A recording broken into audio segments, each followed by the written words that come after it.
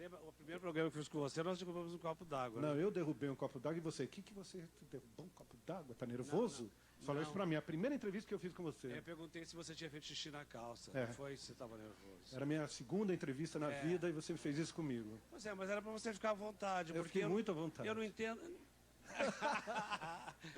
eu não entendo as pessoas terem medo de público. Eu não tenho o menor medo. Você sabe o que acontece? E programa assim com o público ao vivo é uma maravilha, porque a energia vem deles mesmos, né? Sabe que tudo acontece por causa do público. E tanto é que o aplauso, por exemplo, nada mais é do que uma expressão, uma manifestação para chamar a atenção dos deuses, porque está acontecendo alguma coisa de interessante na Terra. E hoje em dia, nos espetáculos muito grandes, as pessoas gritam muito e aplaudem quase nada, o que é uma pena. Porque o aplauso que vale não é o grito não é nada, isso é uma coisa meio que tribal e tal, mas o que diante de Deus, o que vale mesmo é a junção das mãos e o ruído, que é o aplauso, né? E eu adoro ser aplaudido, juro por Deus. Obrigado. Obrigado.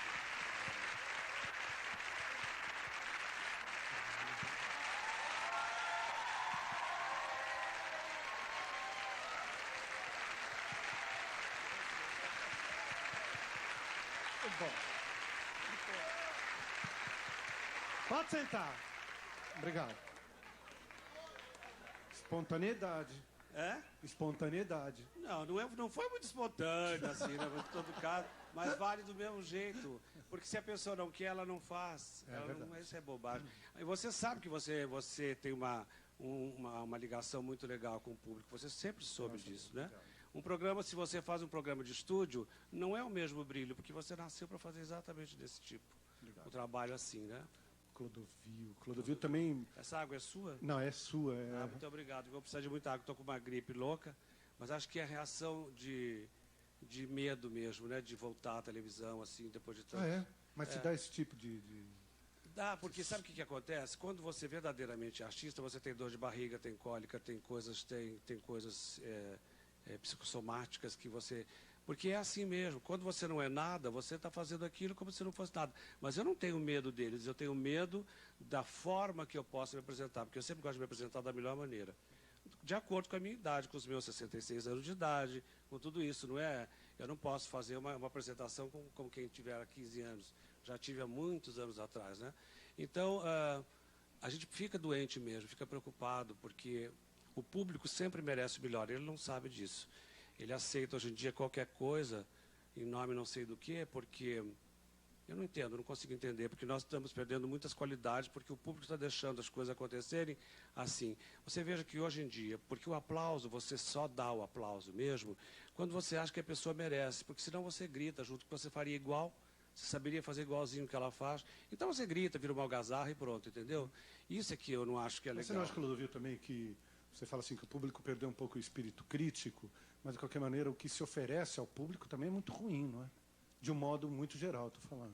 Mas, querido, o mundo é um conchavo, né? A gente fica muito triste de dizer isso, porque desiludir o jovem e tal é uma coisa desagradável, sempre desagradável, porque eles são exatamente a mesma esperança que nós fomos lá atrás, entendeu? E a gente sempre acha que a geração que passou é velha, rançosa e não sei o quê, e as coisas não são bem assim, porque um dia você percebe que as flores são as mesmas da geração passada, que os frutos são os mesmos, que os pássaros são os mesmos, que tudo é a mesma coisa. As atitudes mudam porque as pessoas, na intenção de serem modernas e novas, elas acabam fazendo coisas que elas não deveriam fazer. Você entendeu? Agora, isso só pode pensar, isso só vale na idade que eu estou. Porque para eles, o que adianta eles terem experiência, saberem? Seriam uns jovens chatos, entendeu? Agora, também se eu fosse um velho aloprado, também seria tão chato quanto, não é? Quer dizer, cada coisa na sua época, na sua idade. Agora, uma coisa que eu não entendo no Brasil é que eles respeitam, por exemplo, a mim me respeitam muito, sempre foi assim, graças a Deus, eu não posso me queixar. Mas existe um desrespeito para com a pessoa de idade. E é uma pena, porque nós deveríamos ter essa filosofia oriental de valorizar, porque só envelhece o que é forte. O que não tem força não chega no final da estrada, fica sempre no meio do caminho. E a gente espera que vocês tenham uma vida muito longa e que vocês cheguem no final, alcancem os objetivos e tudo, porque é isso que a gente espera, né? E todo mundo sonha com isso. Agora, Clodovil, eu vou mudar um pouco de assunto, você é muito imitado. Existem algumas pessoas que são muito imitadas. Você acha que se deve isso ao timbre de voz, que talvez seja fácil das pessoas imitarem, ao jeito de você se expressar? fisicamente, as suas ideias? Por que imitam tanto Clodovil? O que você vê é caricatura, não é uma imitação. Porque a caricatura é assim, mas meu amor, eu acho divino. Ai, Serginho, que glória, mas que divino. Isso é uma caricatura, até eu faço. Eu não sou assim. Eu não sou tão viado assim, sou?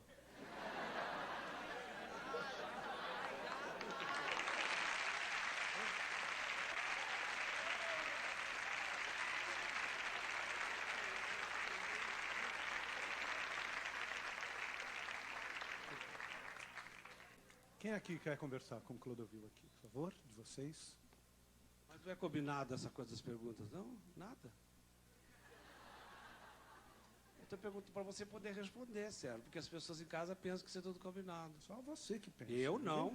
Eu não penso. penso nada. Aliás, outro dia eu acordei, porque eu durmo muito cedo, e eu acordei uma noite dessas, num sábado, e a Marília estava fazendo uma entrevista com você. E foi muito correta a entrevista da Marília e tal. Mas a Glória era um menino da plateia com os brincos cor-de-rosa de pena. Tem umas figuras boas uma coisa... Depois a gente fala disso. Uhum. Vamos lá para a pergunta. Fala, garoto. Você é solteiro ou casado?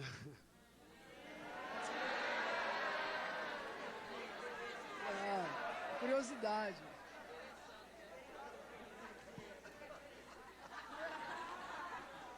Sabe que agora...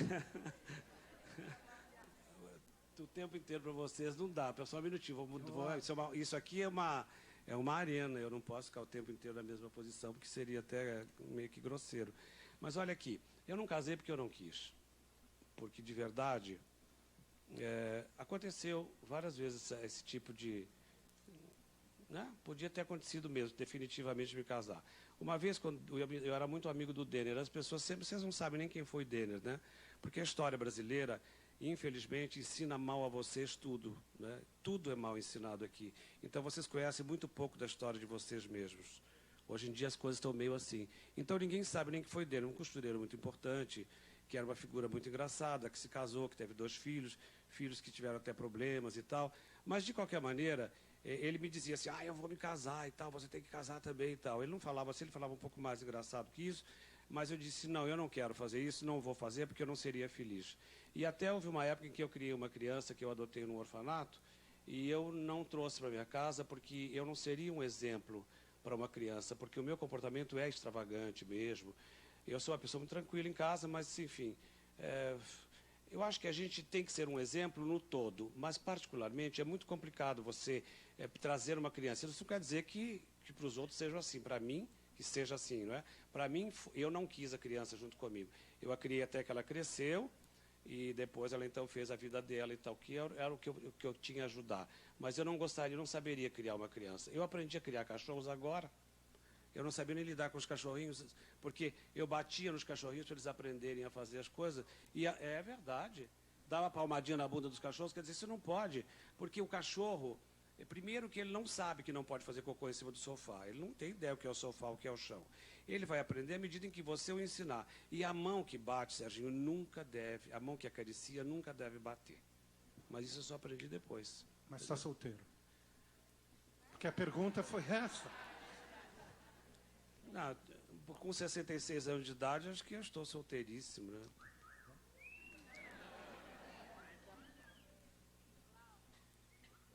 Como você encara, nos dias de hoje, a violência familiar? Tipo, filho matando pais e os pais matando o filho.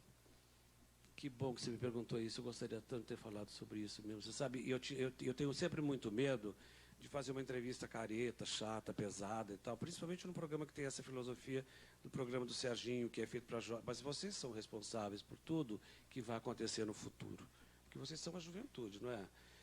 E eu li alguns dias atrás, numa revista brasileira, uma matéria sobre um pai que matou as filhas e a mãe. Acho que vocês sabem desse fato, desse acontecimento. E ele não era um criminoso, e não será nunca um criminoso. Talvez uma pessoa que não soube enfrentar as coisas ruins da vida, porque ele foi ser viciado, violentado, sequestrado, e depois continuaram fazendo chantagem com ele e tal, e ele perdeu tudo. E como é que ele raciocinou? Eu não posso deixar minhas filhas aqui, a minha mulher, num mundo como esse, vão fazer as mesmas coisas com elas. Então ele, enlouquecidamente, tirou a vida delas e foi junto também. De modo que somos nós mesmos que estimulamos a violência. A violência não está na rua porque elas tenham se instalado. Não, nós permitimos tudo. Nós somos muito permissivos hoje em dia. Tudo a gente admite, tudo a gente deixa, tudo em nome da liberdade. A liberdade é azul e é o jeans e não sei o quê. E a palavra mesmo acaba perdendo sentido. A liberdade não é mais a mesma coisa de antes, mesmo que a liberdade é uma utopia, Sérgio. A gente nunca o ser humano será livre. Nós somos enclausurados dentro de um corpo. O corpo não é nosso, como é que nós podemos ter liberdade?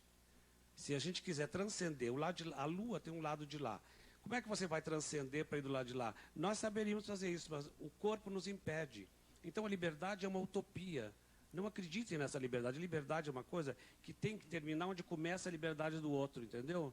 E aí você acaba com violência e acaba com tudo, porque aí se estabelece uma outra regra. Claro que isso também é sonho. O mundo já está assim e a tendência é que ele vá enlouquecendo cada vez mais, até que comece tudo de novo. Só que eu acho que a liberdade pode ser uma utopia, mas a gente tem que brigar por essa utopia. Mas é o que eu estou dizendo, mas não achar, por exemplo, eu não vejo nada demais, não vejo, e achei muito bonito a resposta que você deu para o menino no programa, aqueles 2 brincos cor-de-rosa e tal. Eu acho que ele usar o brinco, ele usar o cabelo cor-de-rosa, a roupa cor-de-rosa, tudo isso, mas o que ele entende por liberdade é uma outra coisa, que não é a liberdade. Não é a liberdade. Eu vou contar para vocês uma coisa que normalmente eu não gosto de falar nela, porque eu não curto mesmo, né? Eu acho que dizer aquilo que você faz, aquilo que você é, isso tudo é bobagem. Feliz daquele que consegue ludibriar os outros, assim, não ludibriar no sentido de enganar economicamente, nada disso. Mas que a pessoa não percebe o que ela pensa realmente da vida, é melhor. Se vocês tiverem alguma preferência na vida, disfarce o mais que vocês puderem. É mentira que o mundo gosta de coisas expostas. As pessoas que fazem isso pagam um preço muito alto por isso. Se eu tivesse um outro tipo de voz, um outro tipo físico, não tivesse essa pele sem pelos e tal, e tivesse características bem masculinas, eu seria o mais masculinizado possível, vocês querem saber. Porque as pessoas sofrem mais. Eu não gostaria de ter um filho parecido comigo, porque ele iria sofrer. Eu, casualmente, não sofri, mas ele sofreria. Porque o mundo finge que aceita, que acha bonito, mas é tudo porque é um circo. Não é verdade. Tem que se esconder tudo, fazer tudo de uma maneira muito discreta, muito velada, porque é assim que é melhor para viver. Acredite no que eu estou dizendo.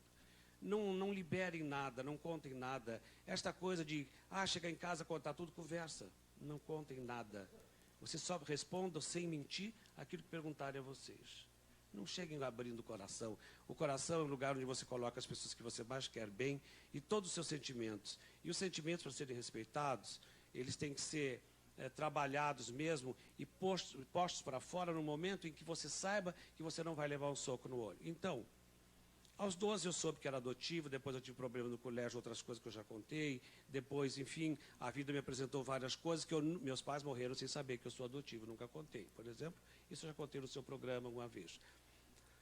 E então, a vida, ela me apresentou coisas horrorosas, mas eu não estraguei minha vida, porque a minha vida me foi dada por Deus e eu vou vivê-la da melhor maneira possível, porque a única coisa que eu tenho é a minha própria vida e as outras vidas que supostamente eu já tive, eu não sei, e as outras que eu terei também não.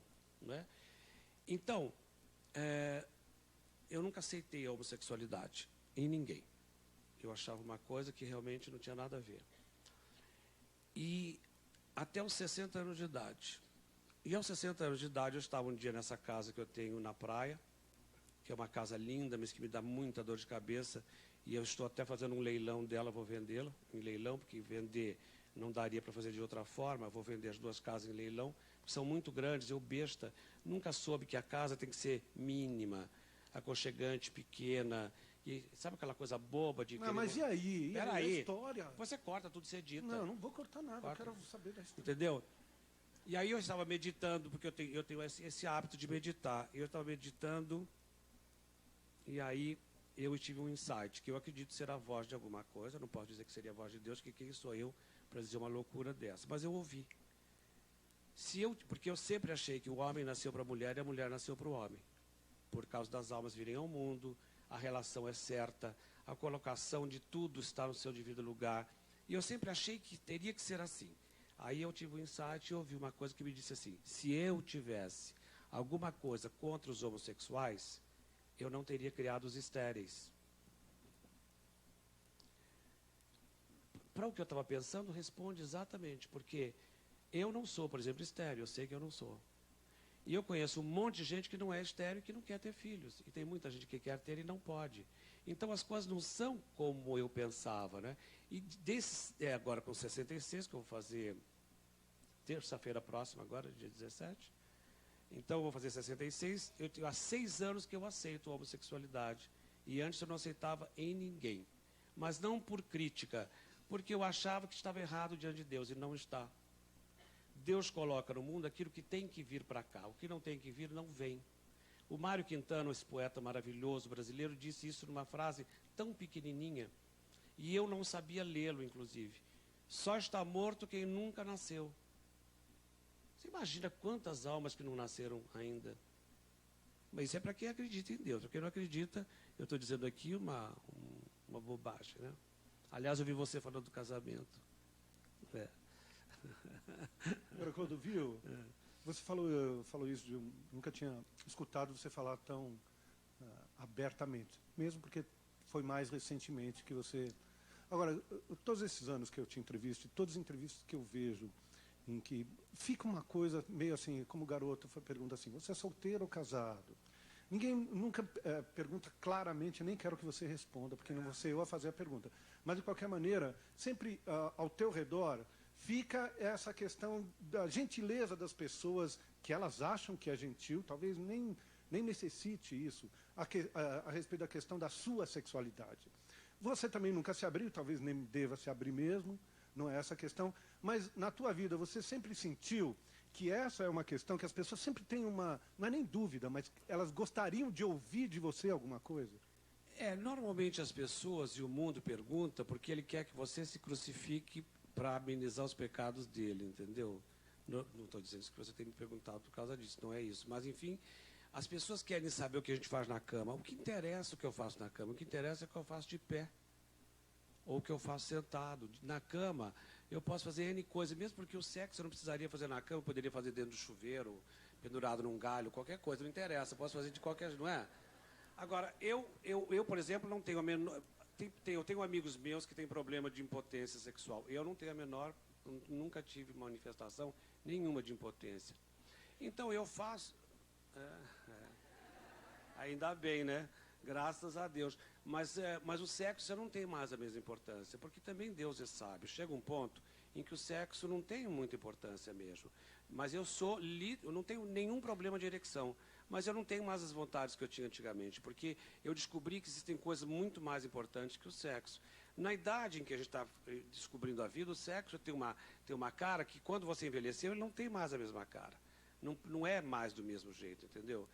Agora, talvez se hoje em dia eu resolvesse me juntar com alguém, viver casado, até com uma mulher ou com um homem, não importa com quem, eu talvez conseguisse agora. Mas na minha vida toda eu sabia que eu não iria conseguir. Porque eu não vinha ao mundo para uma única pessoa. Eu vinha ao mundo para muita gente. Eu achava isso, tanto na minha forma de trabalho, como na minha própria opção sexual. Bom, assim, nós fizemos uma reportagem a respeito de jovens estilistas. Então vamos ver primeiro essa reportagem. Vamos lá.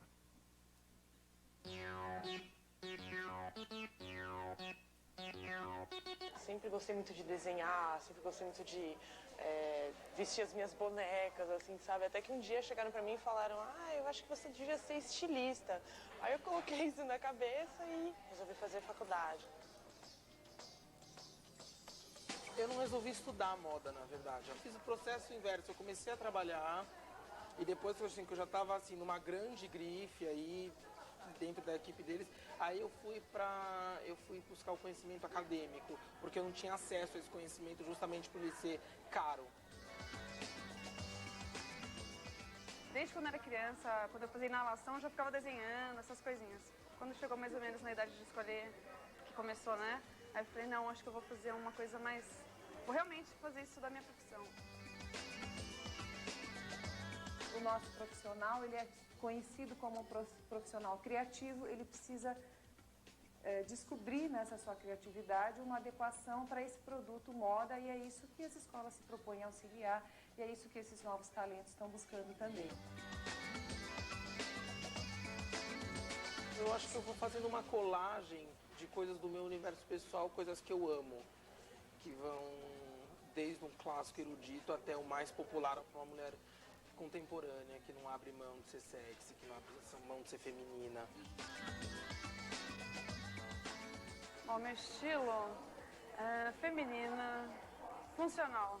Porque só você pôr aquele negócio ficando linda pra pose não é muito a minha cara. É mais uma coisa feminina, mas que dá pra você ser feliz dentro daquele visual. Eu gosto muito de streetwear, né? Assim, eu não gosto muito de usar salto alto, essas coisas, né? Meu estilo é mais desencanado mesmo.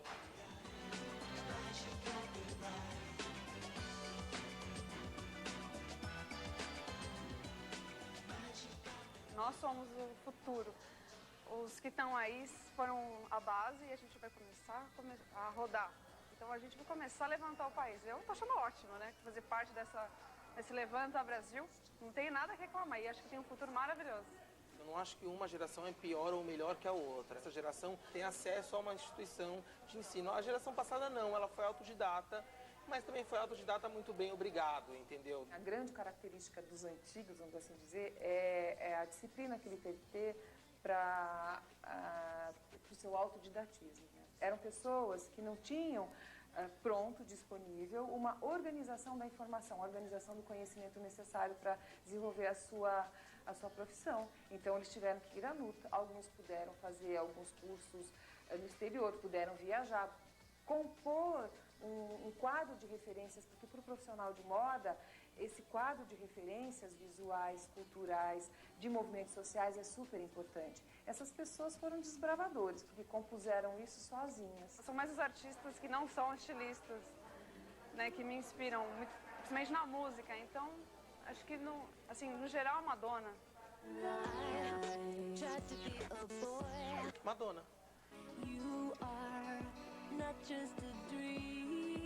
Clodovil, você serviu de inspiração para muita gente, a mim principalmente.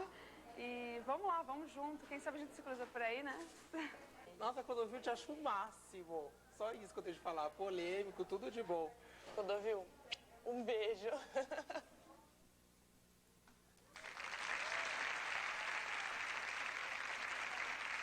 Tudo bem, Clodovil. Bonito, né? Pois é, aquilo que eu falei para você, é respeito conquistado. Isso é uma coisa... O Brasil, nesse sentido, o Brasil está acordando, né? Para o respeito conquistado, para a gente começar a se dar valor e tal, porque o país precisa encontrar o próprio rumo.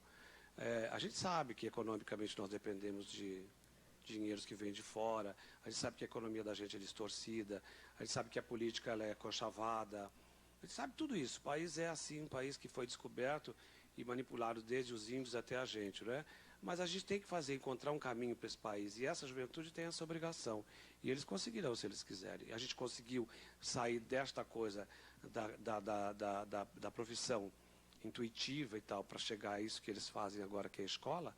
A gente conseguiu isso, então a gente consegue o que a gente quer realmente. Clodovil, eu vou pedir para você cantar para a gente aqui. Você veio com Ari, não é isso? Mas deixa eu contar para você porque eu realmente hoje eu nunca tomei água no programa, mas eu estou sem saliva porque Uma água torta também. Né? Mas tem muita coisa que é torta e é boa também, né? Abobrinha, berinjela, tem um monte de coisa que não é assim. Eles levam tudo pro outro lado, né? Você também levou, né? Eu não levei, não, senhor. Não levei, não, senhor. Certo. Você para de me comprometer, Serginho. Olha Nem aqui. tudo que é torto é ruim.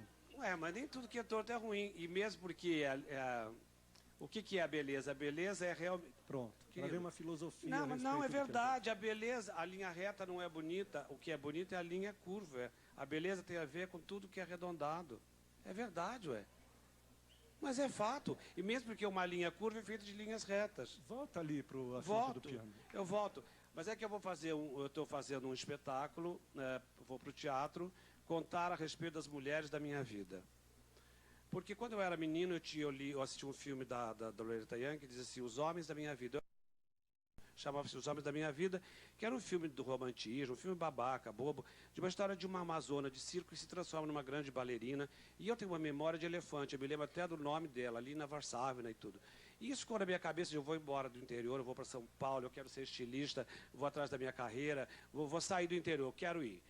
E eu vim, curiosamente, atrás desses homens da minha vida, que seria o filme, e com toda a simbologia que você queira, e eu só tive mulheres na minha vida. Então, eu idealizei um espetáculo, e a Noemi Marinho está alinhavando o espetáculo, que é sobre as mulheres da minha vida. Claro que começa tudo com a minha mãe e passa por todas as mulheres que foram minhas amigas, pela Elis Regina, pela Cacilda Becker, pelas mulheres que foram minhas divas, Billie Holiday, Maria Félix, Edith Piaf, Marlene Dietrich, e uma série de Dalva de Oliveira, Angela Marimbo, gente que conviveu comigo e que são as mulheres da minha vida. Então é um espetáculo para contar coisas, amarrado com música.